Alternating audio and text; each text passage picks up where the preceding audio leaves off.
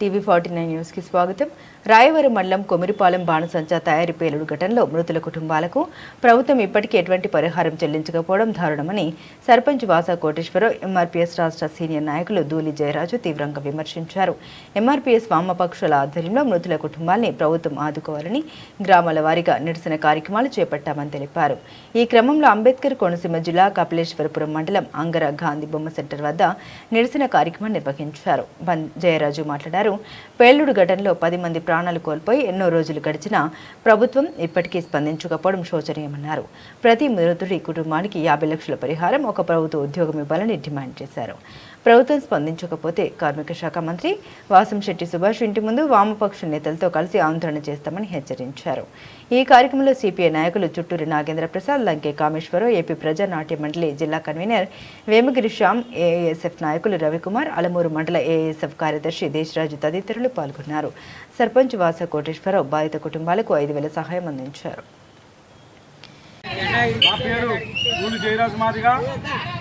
Madiga reservation పోరాట సమితి రాష్ట్ర సీనియర్ నాయకుడిని, డాక్టర్ బిఆర్ అంబేద్కర్ కోనసీమ జిల్లా మహాజన సోషలిస్ట్ పార్టీ వర్కింగ్ ప్రెసిడెంట్ని.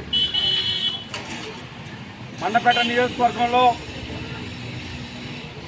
8వ తారీఖున రాయవరం మండలం కొమరపాలెం గ్రామంలో బాణాసంచా విస్ఫోటనం జరిగి యావత్ రాష్ట్రాన్ని దిగ్భ్రాంతికి గురి చేసింది.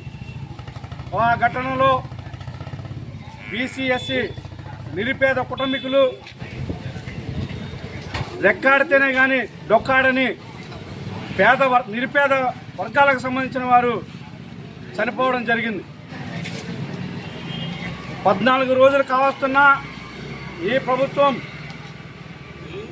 హోమ్ మినిస్టర్, స్థానిక కార్మిక శాఖ మంత్రి, అనపర్తి, మండపేట నియోజకవర్గ ఎమ్మెల్యేలు అందరూ ఆ ఘటన పరిశీలించారు, పరామర్శించారు బాధితులను తప్ప ఈరోజు వరకు ఆ రోడ్డున పడిపోయిన పేద వర్గాలకు సంబంధించిన కుటుంబాలను మాత్రం ఆదుకునే విధంగా ఎక్స్గ్రేషియా ప్రకటించడంలో మాత్రం ఎక్కడా చిత్తశుద్ధి కనపడడం లేదని చెప్పి నేను అంటున్నాను.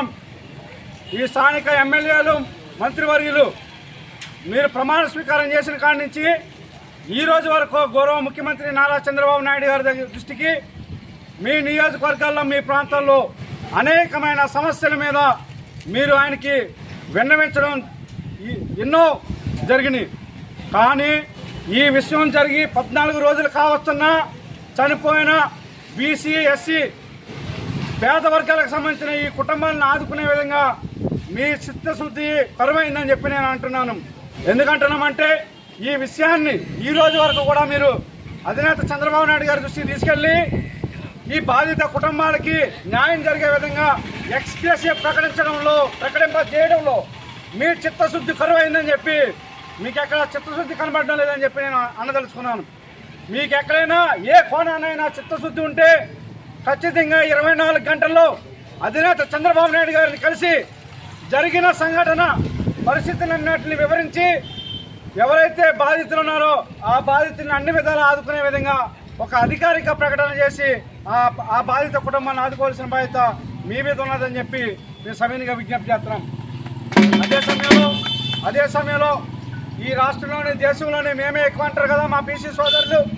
అయ్యా, నా బీసీ సోదరులను ఆయా అగ్రవర్ణ రాజకీయ పార్టీలో ఉన్న నా బీసీ సోదరులకు విజ్ఞప్తి చేస్తున్నాను. చనిపోయింది 7 నా బీసీ సోదరులు, చనిపోయింది 2 నా ఎస్సీ సోదరులు. మరి మా బీసీ నాయకులైన మీకు ఈ రాజకీయ పార్టీలు మా కుల సంఘాలను చూసి మీకు పదవులు ఎత్తున్నాయి తప్ప మిమ్మల్ని చూసి కాదని చెప్పి ఈ సందర్భంగా నేను గుర్తు చేస్తున్నాను. ఈ విషయం మీద మీరు మాట్లాడకపోవడం అంటే మీరు బానిసత్వంలో ఉన్నారని చెప్పి మేము అనుకోవాల్సి వస్తుందని చెప్పి మేము విజ్ఞప్తి చేస్తున్నాం. మీరు ఇప్పటికైనా ఆయా రాజకీయ పార్టీలో ఉన్న నా బీసీ/ఎస్సీ సోదరులందరూ కూడా మాట్లాడి మీ రాజకీయ పార్టీ నాయకులను ఒప్పించి ఒక స్పష్టమైన ఆ కుటుంబాన్ని ఆదుకునే విధంగా ఒక ఎక్స్గ్రేషియా ప్రకటించే ప్రకటనని రప్పించవలసిన బాధ్యత మీ మీద ఉందని చెప్పి నేను సవినీయంగా విజ్ఞప్తి చేస్తున్నాను. మరి అదే సమయంలో ఈ ప్రభుత్వాన్ని హెచ్చరిస్తున్నాం.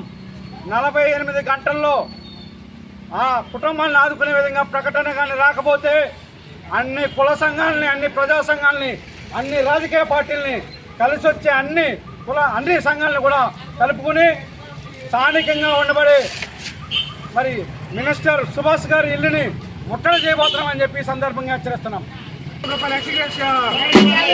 ప్రకటించాలి. ప్రభుత్వం వెంటనే ఎక్స్గ్రేషియా 50 లక్షల రూపాయలను ఇవ్వాలి. ప్రతి ఇంటికి ఒక ఉద్యోగాన్ని ఇవ్వాలి. బాధిత కుటుంబానికి ఒకరికి ఉద్యోగాన్ని, బాధిత కుటుంబాల్లో ఒకరికి ఉద్యోగాన్ని, బాధిత కుటుంబాల్లో ఒకరికి ప్రభుత్వ ఉద్యోగాన్ని